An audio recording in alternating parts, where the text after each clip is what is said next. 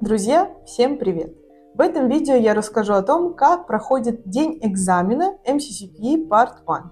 В предыдущих видео я рассказывала непосредственно про сам экзамен, про нашу подготовку к этому экзамену и про 10 ошибок, которые не позволили мне сдать этот экзамен с первого раза. Когда я шла на этот экзамен, у меня было очень много вопросов о том, как вообще проходит этот экзамен, что можно с собой брать, что можно в перерыве делать, можно ли выходить на улицу, вообще сколько длится этот перерыв.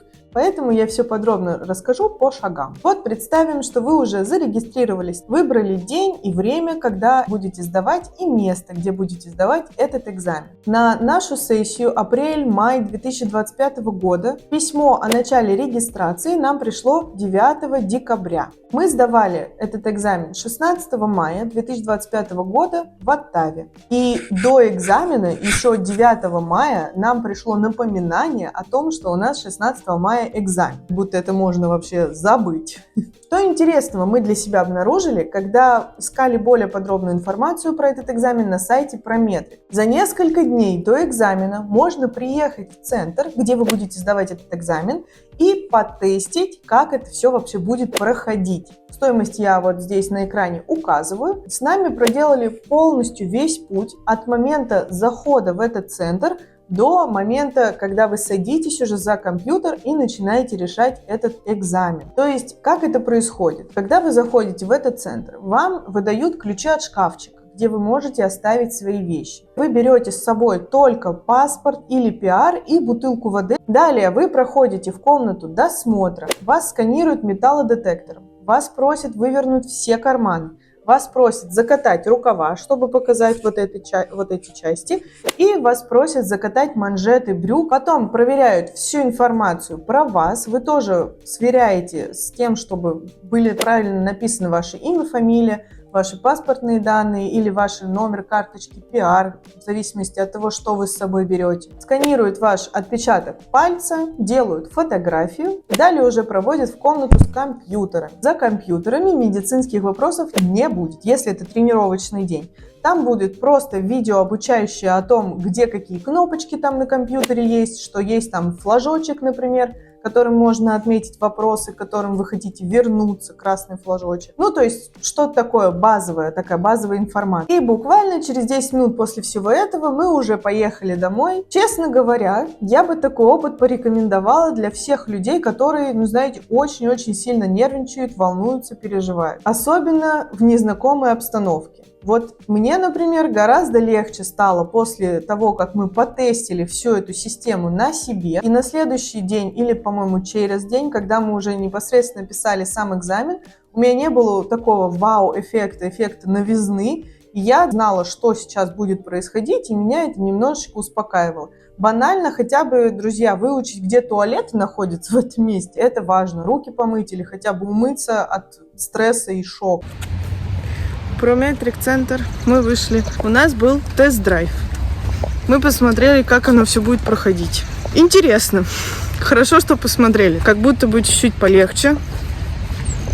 Вот потрясающее здание. Prometric центр. Отпечатки пальцев сдают перед тем, как заходить на тест. Ну, посмотрим.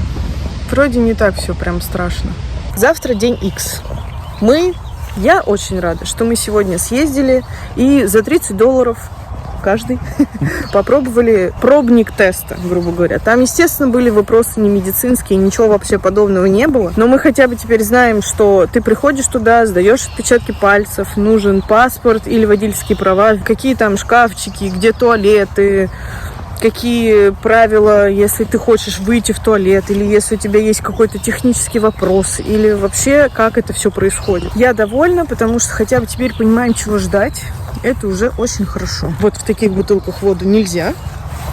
Можно только в обычных пластиковых прозрачных, без этикеток. Немножечко нервничаем, очень сильно. Надеюсь, что все будет хорошо. Итак, сам день экзамена. Начало экзамена было запланировано у нас на 8 утра. Но мы приехали пораньше на всякий случай, чтобы в целом избежать всей этой очереди на досмотр, металлодетекторами и так далее. И поэтому очень приятно было узнать, что несмотря на то, что экзамен запланирован на 8 утра, когда мы приехали туда пораньше и уже где-то в 7:40, по-моему, сидели за компьютерами, уже можно было начинать экзамен. То есть не обязательно надо было ждать именно 8 утра, можно начать экзамен пораньше. И это прекрасные новости, потому что, чем раньше начнете, тем раньше выйдете. Как будто бы очень хочется побыстрее уже закончить с этим экзаменом. Что тогда, что сейчас, если честно. Немного расскажу про экзамен. Сам экзамен состоит из 230 вопросов. Вопрос – это клиническая задача, на которую есть несколько вариантов ответов, и из предложенных вам надо выбрать только один правильный вариант ответа. Весь экзамен поделен на две части, по 115 вопросов каждая часть. И на каждую часть отводится 2 часа 45 минут. Вот я сейчас показываю на сайте MCC, очень подробно описано про этот экзамен. В целом, получается, экзамен этот идет около 6 часов, где-то 5,5 часов плюс еще перерыв. Сам экзамен, то есть первая часть экзамена, первые 115 вопросов, начнутся только тогда, когда вы нажмете на компьютере кнопочку «Старт». Без вас первая часть экзамена не начнется. После того, как вы закончили первую часть экзамена, то есть либо сами нажали кнопочку «Завершить первую часть экзамена», либо у вас вышло время и автоматически экзамен закончился, вернуться к первой части вопросов уже будет нельзя. То есть вот закончились 2 часа 45 минут, вы порешали 115 вопросов, и все, эти вопросы ушли. Если вы хотите чуть раньше, например, закончить первую часть или вторую часть, вы просто нажимаете кнопочку «Завершить экзамен», и экзамен завершается. Здесь еще скажу чуть-чуть про перерывы. Значит, официально перерыв 45 минут между двумя частями экзамена. Но, конечно же, если во время экзамена вы захотите выйти, никто вас останавливать не будет.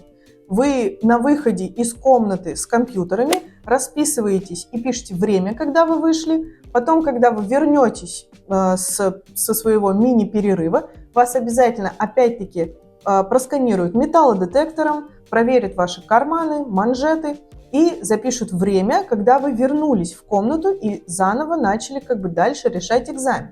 Поэтому, когда вы выходите во время экзамена на перерыв, еще учитывайте время, которое будет затрачено на металлодетектор и проверку.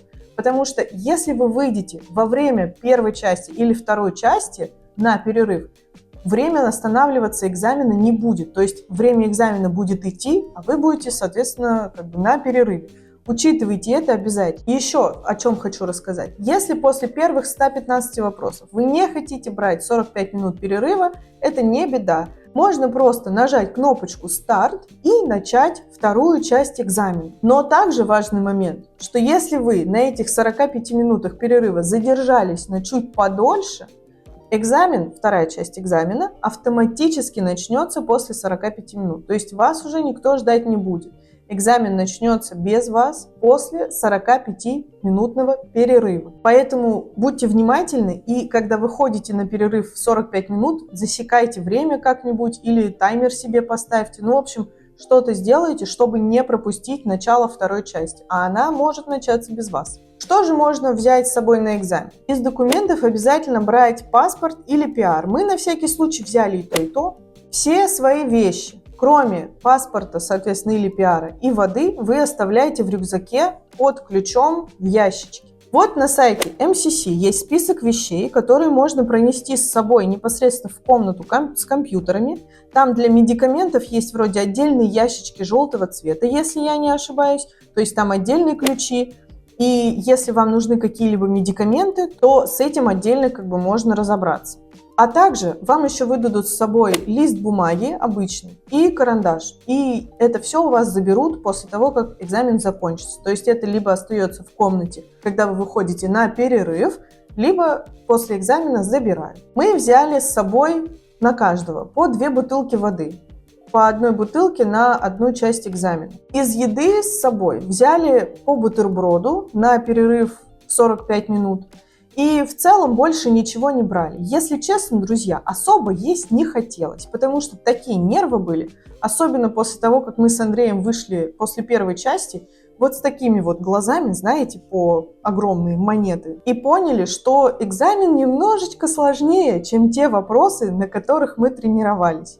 Поэтому, честно говоря, есть не сильно хотелось, но, тем не менее, по бутерброду мы съели. И хорошо, что мы поели, потому что я заметила, что вот на середине второй части голова уже немножечко начинает отключаться. Я просто представляю, что если бы мы вообще ничего не ели, то было бы еще хуже. Поэтому возьмите все-таки что-то с собой из еды, от чего вы знаете, что у вас будет приток немножечко энергии. Мы еще взяли с собой по энергетику. Но, друзья, будьте аккуратны, потому что мы с Андреем, как мы потом ретроспективно поняли, мы не пили эти энергетики уже прямо несколько лет. И когда мы вот во время экзамена выпили энергетик, у Андрея, не очень, в общем, какой-то эффект странный был. У него тахикардия началась вместо того, чтобы просто прилив энергии произошел. Поэтому, если вдруг вы, так же, как и мы, давно не пили энергетики и хотите взять его на экзамен, то протестируйте за несколько дней, за неделю. Посмотрите, какой эффект у вас будет от этих энергетиков. И будьте аккуратны, друзья, чтобы ваше здоровье не повредилось, потому что любой экзамен не стоит того, чтобы вредить своему здоровью. По поводу одежды. Здесь вот на MCCK Part 1 вообще не важно, как вы одеваетесь, потому что больше, знаете, дресс-код на втором экзамене на НАК, об этом я тоже отдельно расскажу. Здесь можно одеваться вообще как угодно. Какие-нибудь знаете, спортивные штаны, футболку, чтобы вам было удобно. Я от себя хочу сказать, что мы сдавали в мае, получается, там уже было довольно жарко в Оттаве, но помещение очень хорошо кондиционировалось, не было такого, что нам душно или, знаете, как-то так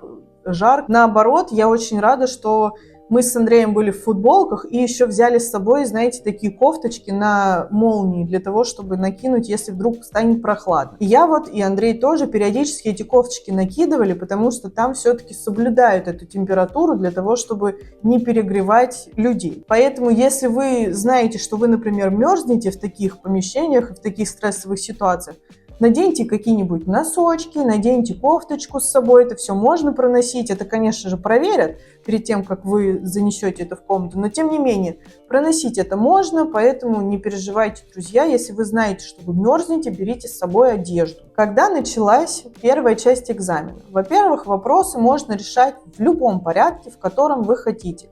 Можете хоть с середины начинать, можете хоть с конца начинать, можете сначала начинать. Я бы отдельно хотела отметить флажочки, которыми можно отмечать вопросы, к которым вы хотите вернуться. Я очень сильно перенервничала в первой части, и я помню, что первые где-то 60 вопросов я настолько была не уверена в себе и очень сильно переживала, что я где-то вопросов, 30 отметила флажочками. Конечно, было не очень разумно с моей стороны. Я ко всем вопросам вернуться не смогла. Просто благо, что я отмечала эти вопросы флажочками, но и отмечала хоть какой-то ответ, который, как мне кажется, может быть правильным. В части вопросов я все-таки вернулась, где-то, к 20 вопросам у меня осталось времени вернуться. Не злоупотребляйте этими флажочками, лайфхак. Потому что ко всем вернуться может не получиться. По поводу перерыва между частями. Я бы все-таки порекомендовала выйти из комнаты этой для того, чтобы чуть-чуть проветриться. Как выяснилось, там даже можно на улицу выходить. И очень хорошо, что мы с Андреем так сделали, потому что мы буквально вышли на улицу, на крылечке, там около этого центра экзаменационного, постояли, и там как раз очень хорошо проветриваемый такой угол был. И очень хорошо мы подышали немножечко свежим воздухом, немножечко голова отключилась, потому что очень важно переключиться между частями. Я помню на своем опыте, я начала решать вторую часть, и, естественно, все эти вопросы из первой части полезли мне в голову, и, естественно, я в какой-то момент начала думать, в том вопросе надо было ответить так, а в другом вопросе надо было ответить по-другому. Чтобы такого не было, надо постараться максимально отключиться от первой части. Я знаю, что это может быть сложно, но улица, еда, это как-то помогло отвлечься для того, чтобы настроиться на вторую часть экзамена и с чистой головой идти уже на вторую часть экзамена после перерыва. По поводу времени тоже хочу немножечко лайфхак вам сказать. Сильно за временем следить не обязательно, потому что даже я успела вернуться к вопросам, а Андрей, честно говоря, вообще по 2 раза все эти вопросы прочитал. Поэтому тут у кого как получается. Но тем не менее, все-таки за временем иногда, следите для того, чтобы совсем не отставать.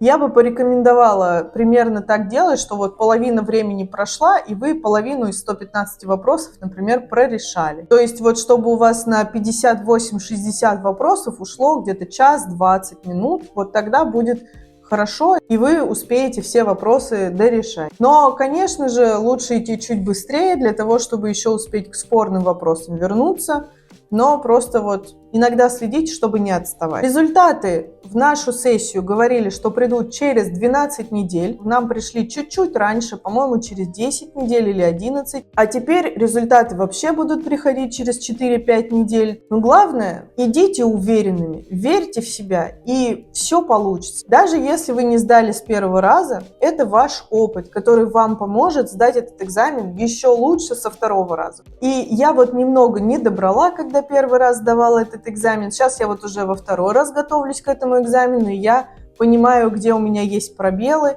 и вы тоже не переживайте, если вдруг не сдали с первого раза этот экзамен. Во второй раз готовиться будет гораздо легче, это я вот вам на своем опыте говорю. Так что не переживайте, друзья, верьте в себя, готовьтесь, и все получится. Я надеюсь, это видео вам было полезным. Пишите в комментариях, я, может быть, что-то недорассказала про день экзамена. Я с радостью поделюсь всей информацией, которой владею. А следующее видео я буду записывать уже про экзамен на КОСКе. Спасибо за просмотр.